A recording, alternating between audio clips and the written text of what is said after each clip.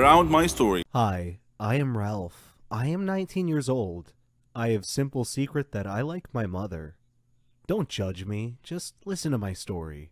I had a quiet family, kind mother and loving father. We had stable lives in our far state. But as you know, there is no place for happy life in our world. There was a turning point in life, and it came quickly with me. It was a nice day in our garden, me, my mother, and my father. My father was sitting under a tree reading a book. Me and my mother were playing football. Suddenly, Mom overshot and the ball went into the street. I was too young to think. I just ran quickly to pick the ball. There was a fast car.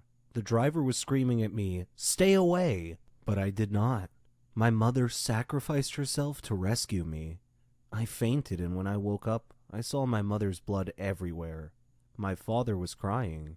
There were a lot of people. Our lives changed to be gloomy.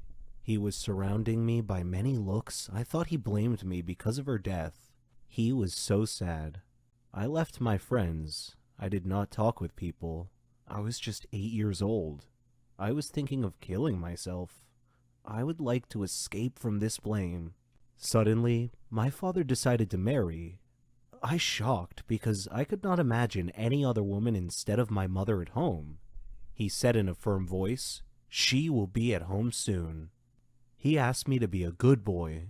I entered my room and started crying. I could not imagine. But I decided to annoy her. When she prepared food, I immediately threw it.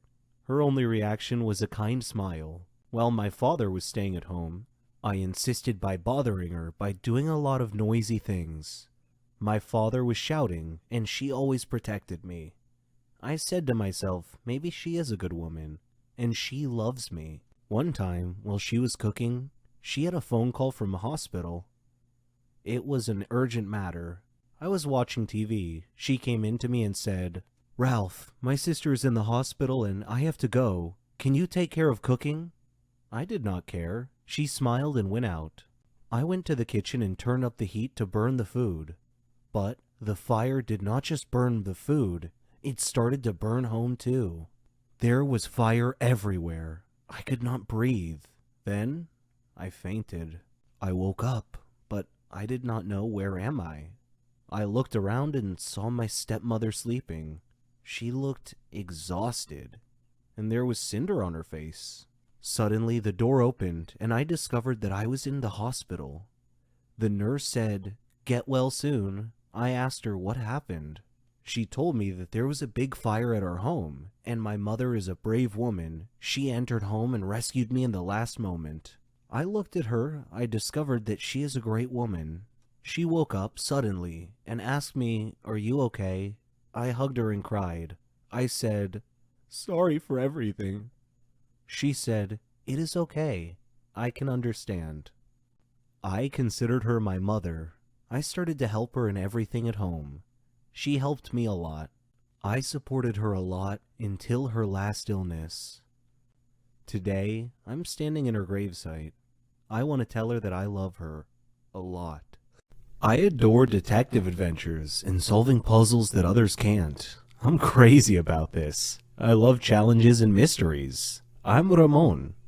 But my father's nickname for me is Megamind. I'm 14 years old, and I'm typically ranked number 1 in my class every year. I have become famous for solving riddles. Many comers have tried to unseat me, but all have failed. I love to examine minute details. But let me get on with telling you my story. One hot summer, we had just finished our exams at school and were going on summer break. So I organized a trip to the beach with my friends.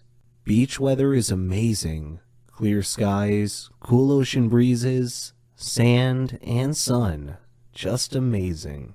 One day, before my beach trip, my mother handed me a letter from my grandmother.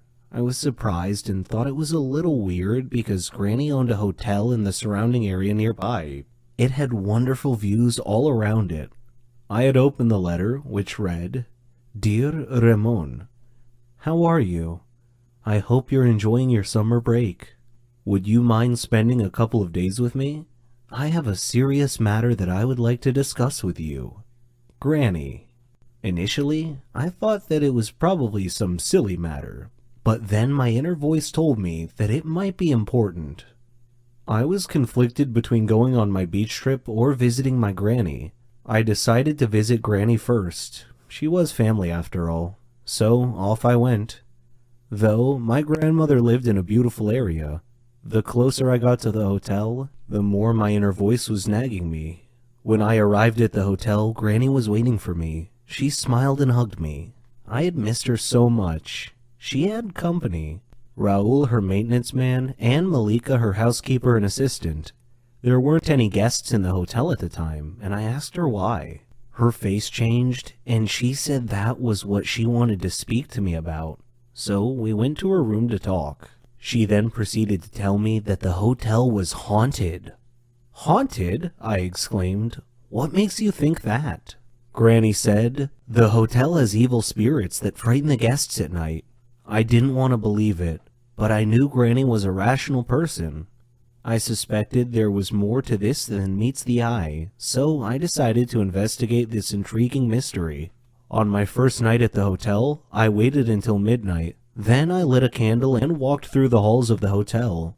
There were photos on the wall, and I could hear whispering and the rustle of the leaves outside. It was a little spooky and unsettling, and made my blood run cold. Suddenly, I heard laughing on both sides of the hotel, and a shadow passed quickly in front of my eyes. Unnerved, I quickly returned to my room, where soon afterwards I heard something scratching on my door. I kept thinking to myself, I am not afraid. I am not afraid. Then the door began opening slowly. I saw a hand on the doorknob. Then the owner of the hand came into view. It was a cloaked, headless man holding a candle. I fainted. The next day, I woke up to find Granny and Malika standing beside me. Granny told me that I had been sleeping a long time. I asked what had happened, and they told me they heard me scream and came to my aid. When they found me, I was unconscious on the floor. At that moment, there was a knock on the door. It was Raul bringing me a drink. That was when I noticed something strange about Raul's face. It was emotionless. Then I glanced at his hands as I accepted the drink from him. That night, I again walked around the hotel. I found some steps at the end of a corridor that led to the basement. Down in the basement, I opened a maintenance door and found a tape recorder and a pile of clothes on a table. Suddenly, the lights went out. I was groping around in the dark and trying to find my way back when I heard the laughing again. Still, I continued stumbling ahead through the dark. I stepped on an electrical line and tore it off the wall. I returned to my room. My door opened slowly. I was hiding behind the door. I grabbed the loose electrical detonator and touched it to the doorknob. It was live, and I heard a grunt from the owner of the hand on the other side of the door as he or she was shocked. And I heard him or her fall to the floor. It took me a while to find the electrical panel, but I managed to get the lights back on. When I did, I found Raul laying unconscious on the floor next to the doorknob that I had electrified. I called Granny and Malika down to the basement. Granny asked what had happened. I replied, Granny, you really need to screen your employees better. Raul was your ghost. Granny looked shocked and asked me what made me think that. I explained that the hand on my drink today was the same hand I saw on the headless ghost that opened my hotel room door the night before. I also found tools, a tape recorder, and some ghost clothes down here in the basement. In addition, I found the earphones that had been placed around the hotel. Granny was shocked. Raul woke up about that time, and she grilled Raul. Why are you scaring all my guests away, Raul? He said, this hotel used to belong to my family, but you bought it from my grandfather. Well, I wanted it back. Please forgive me. Malika said, we have to call the police. But I said, no, wait, I have an idea. Let's renovate and reopen the hotel with a new name. The Haunted Hotel. Our advertising slogan will be, spend a night in a haunted hotel. Raul can do his ghost thing with the whispers and the laughing, Why, he can even flicker the lights off and on at a random time once or twice a night just to give the hotel a spooky atmosphere. The idea proved to be a big hit. The haunted hotel attracted many tourists, and Granny's business prospered. I had a nice holiday and still managed to fit in my trip to the